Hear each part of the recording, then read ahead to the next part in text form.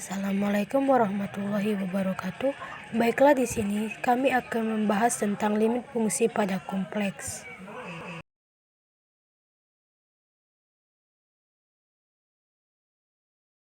Konsep limit pada fungsi kompleks Fz diperluas dari limit pada fungsi real Fx.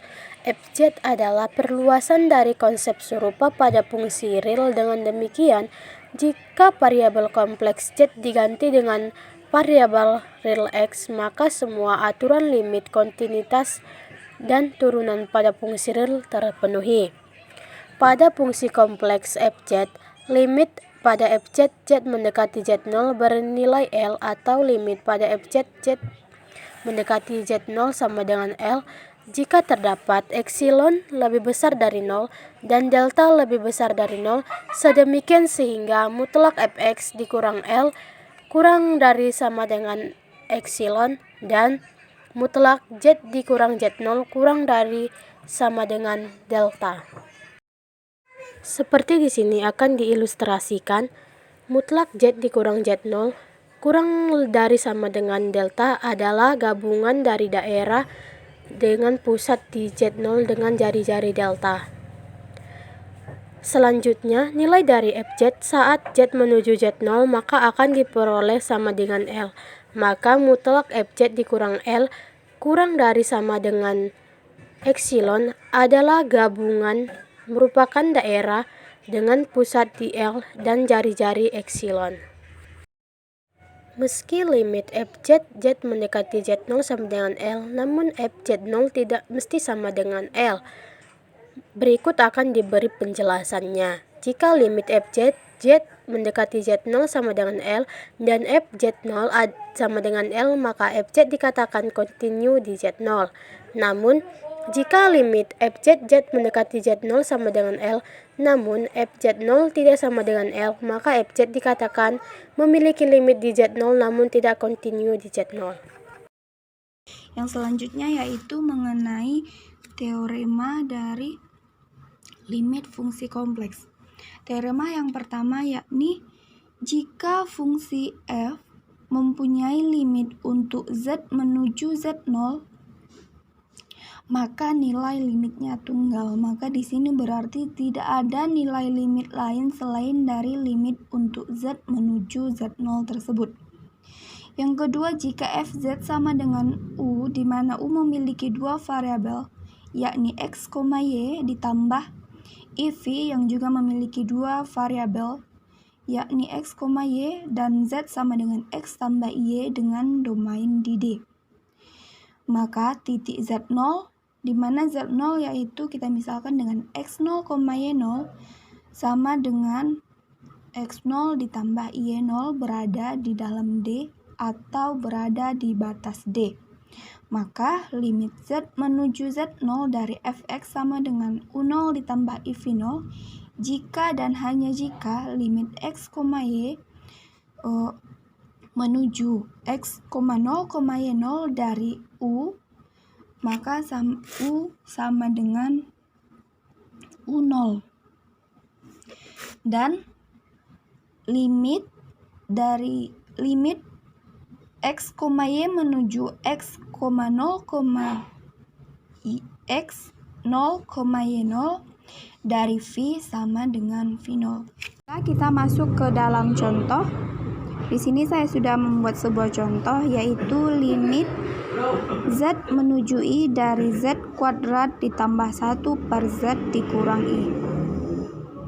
Dengan menggunakan teorema yang pertama, kita bisa terlebih dahulu memfaktorkan z pangkat 2 ditambah 1. Langsung saja kita tuliskan limit z menuju i. Hasil dari pemfaktoran z pangkat 2 tambah 1 yaitu nanti z kurang 1 dikalikan dengan z ditambah 1. Dimana nanti jika ini dikalikan, yaitu i dikali i, sama-sama sudah kita ketahui bahwa i pangkat 2 nilainya yaitu min 1. Sehingga hasilnya menjadi limit z menuju i Langsung saja kita sederhanakan dengan membagi pembilang dengan penyebut. Kita sederhanakan menjadi 1 sehingga limit Z menuju I dari Z tambah I, langsung kita ubah Z ini menjadi bentuk I, sehingga akan didapatkan hasilnya yaitu limit Z menuju I ditambah I menjadi limit Z menuju I, hasilnya menjadi 2I. Soal nomor 2 yaitu selidiki apakah limit Z mendekati I dari Z kuadrat tambah 1 per X tambah Y kurang 1 itu ada. Baik, yang pertama kita mencari limitnya dulu, yaitu limit Z mendekati I dari Z kuadrat tambah 1 per X tambah Y kurang 1. Karena di sini Z-nya yaitu mendekati I, kita ingat lagi bahwa di dalam bilangan kompleks Z itu adalah Z sama dengan X tambah YI. Di sini yang ada hanya bilangan imajiner, tidak ada bilangan realnya. Sehingga X-nya kita buat 0, imajinernya 1. Jadi Z-nya 0,1. Sehingga limitnya yaitu limit Z mendekati 0,1.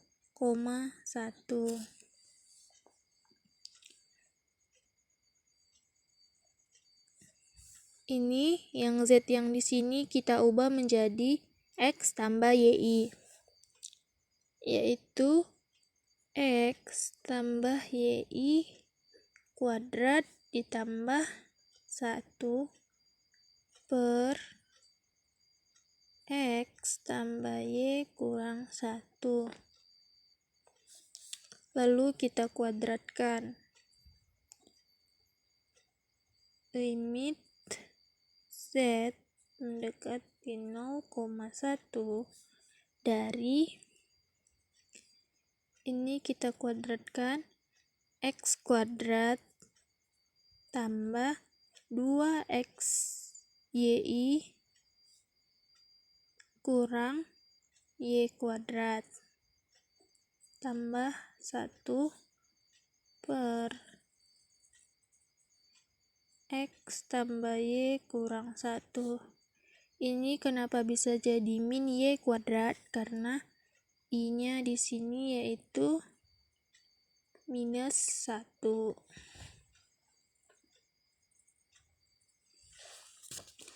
Lalu sama dengan limit Z mendekati 0,1 dari ini kita pisah-pisahin mana yang bilangan real dan mana yang bilangan imajiner. Bilangan realnya yaitu X kuadrat dikurang Y kuadrat per X tambah Y kurang 1. Ini tambah 1. Tambah bilangan imajinernya yaitu 2XYI per X tambah Y kurang 1. Itu kurung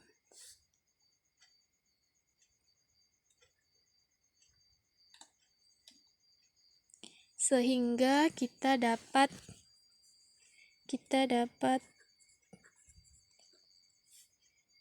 U XY sama dengan